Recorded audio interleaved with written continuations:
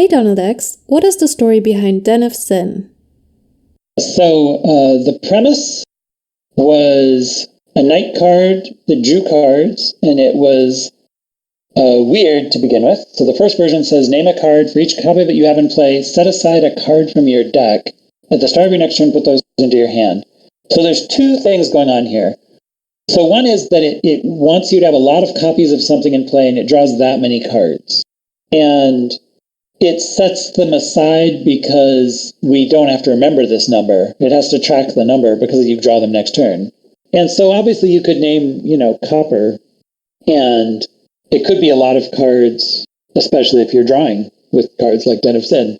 And then the second idea to it is the fact that it sets aside cards.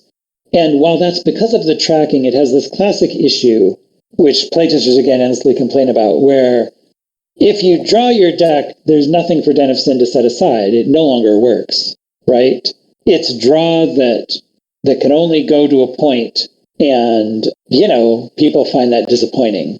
They would like it to be that if you had your 4 coppers, Den of Sin will draw you 4 cards, even if you've drawn your whole deck that turn.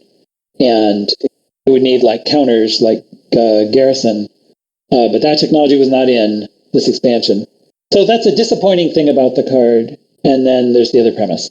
And so the second version looks the same. It only costs, And then the third version is phrased differently for each copy of it you have in play, set aside the top card of your deck face down. It's just clarifying things. And then the third version, it's still doing this nonsense, but now it also has the this is gained to your hand idea. And the story of this is gained to your hand will be told on a different day. Otherwise, it's the same premise still.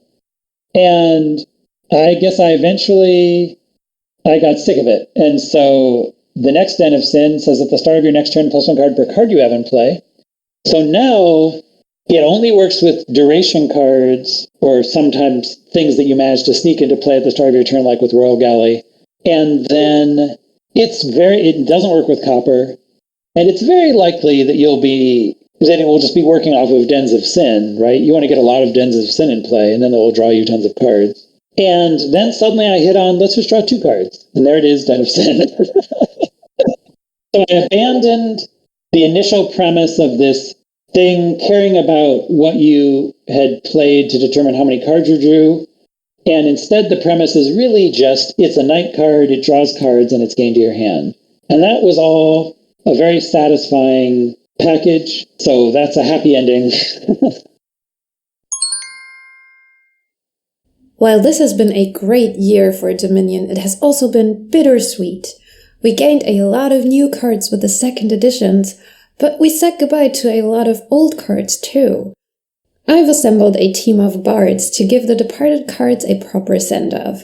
They'll be sharing their work with you throughout this Advent calendar.